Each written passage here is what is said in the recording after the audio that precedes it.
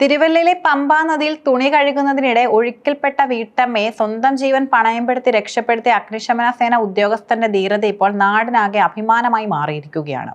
ചെങ്ങന്നൂർ സ്വദേശി ശ്രീകല എന്ന വീട്ടമ്മയ്ക്കാണ് തിരുവല്ല അഗ്നിരക്ഷാ നിലയത്തിൽ grade assistant station officer K Sreenivas രക്ഷകനായത്. ഞായറാഴ്ച വൈകിട്ട് 4 മണിയോടെ പണ്ടനാട് മിത്രക്കടവ് പാലത്തിന് സമീപമായിരുന്നു സിനിമാ കഥകളെ വെല്ലുന്ന ഈ രക്ഷാപ്രവർത്തനം നടന്നത്. അഗ്നിശമന സേനയിലെ ഉദ്യോഗസ്ഥനാണെങ്കിലും സംഭവ സമയത്ത് ശ്രീനിവാസ് ഔദ്യോഗികമായി ഡ്യൂട്ടിയിലായിരുന്നില്ല. കുടുംബത്തോടൊപ്പം ഒരു ഉല്ലാസയാത്ര കഴിഞ്ഞ് കാറിൽ മടങ്ങുകയായിരുന്നു അദ്ദേഹം.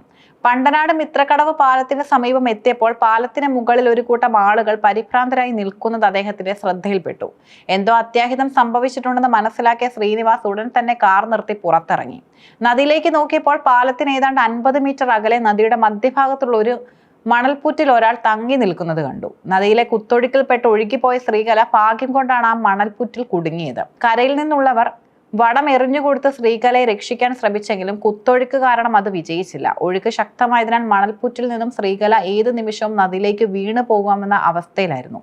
സമയം പാഴാക്കാതെ ശ്രീനിവാസ് രംഗത്തിറങ്ങി. മറ്റൊരാൾ നൽകിയ വടവുമായി അദ്ദേഹം പമ്പയുടെ കുത്തൊഴുക്കിലേക്ക് എടുത്തു ചാടി. ജീവൻ പോലും അപകടത്തിലായേക്കാവുന്ന സാഹചര്യത്തിലും 100 മീറ്ററോളം ദൂരം നദിയിലൂടെ നീന്തി അദ്ദേഹം ശ്രീകലയുടെ അടുത്തെത്തി. ശ്രീകല ഭയന്നിരുന്നതിനാൽ ശ്രീനിവാസ് അവർക്ക് ധൈര്യം പകരുകയും കൈവശമുണ്ടായിരുന്ന വടം അവരുടെ അരയിൽ സുരക്ഷിതമായി ബന്ധിപ്പിക്കുകയും ചെയ്തു.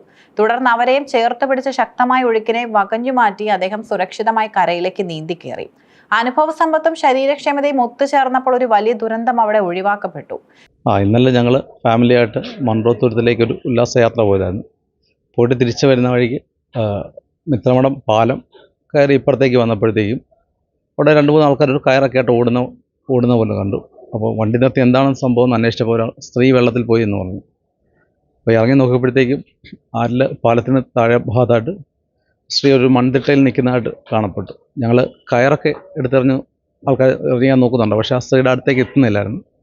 ശേഷം ഞാൻ പെട്ടെന്ന് താഴെ പാലത്തിൻ്റെ ലെഫ്റ്റ് സൈഡിൽ കൂടെ വന്ന് വെള്ളത്തിൽ ഇറങ്ങി നീന്തി ആ സ്ത്രീയുടെ അടുത്ത് ചെന്നു. അപ്പോൾ അതൊരു ഒഴുക്ക് വന്ന് മണലടിച്ചു കൂട്ടിയ സ്ഥലമായിരുന്നു. അപ്പോൾ അവിടെ നിൽക്കുമ്പോൾ തന്നെ അത് ചെറുതായിട്ട് ഇടിയുന്നുണ്ട്.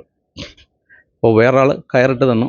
അപ്പോൾ കയർ അവരുടെ ദേഹത്ത് കെട്ടി, നമ്മൾ ഫയർ സർവീസ് ഉപയോഗിക്കുന്ന ബോലൈൻ എന്ന് പറഞ്ഞൊരു കെട്ടുണ്ട്, ആ കെട്ട് അവരുടെ ദേഹത്ത് കെട്ടി.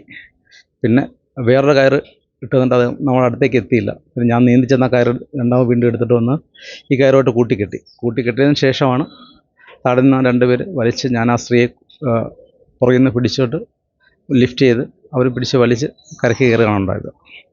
തിരിച്ച് നീന്തി കയറാൻ പറ്റുന്ന സാഹചര്യം ആയിരുന്നില്ല, അതുപോലെ ഒഴുക്കായിരുന്നു. അപ്പോൾ അതായിരുന്നു സാഹചര്യം. തന്റെ ഔദ്യോഗിക കൃത്യനിർവഹണത്തിന് പുറത്തും ഒരു സഹജീവി അപകടത്തിൽപ്പെട്ടപ്പോൾ സ്വയം മറന്ന് ചാടി വീണ ശ്രീനിവാസിനെ അഭിനന്ദനങ്ങൾ കൊണ്ട് മൂടുകയാണ് നാട്.